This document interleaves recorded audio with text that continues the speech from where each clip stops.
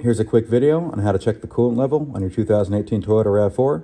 We'll also show you how to add some coolant to it if you're low like I am right now.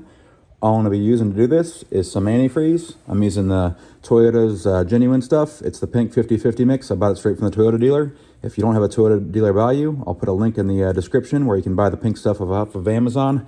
You don't want to mix your coolant types. If you have pink, stay with pink. Don't add green to it. It can ruin your seals down the road. I'm also going to use a small funnel here as well.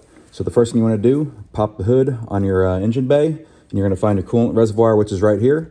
So always make sure your car is cool when you do this. If you're going to have to add any antifreeze to it, because you don't want it to be hot, it'll make a bunch of steam and vapor come out of here when you lift it, which is not safe.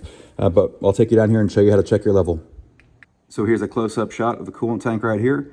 You can see there's a low and a full.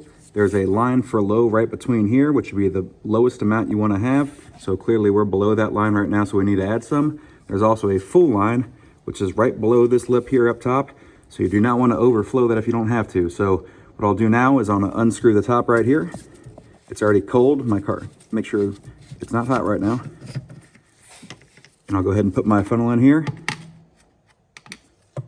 And we're going to add some coolant until we're between the low and the full line.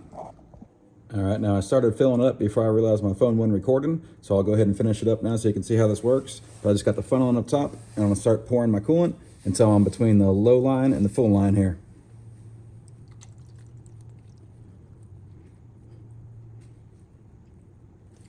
All right, and that's pretty good.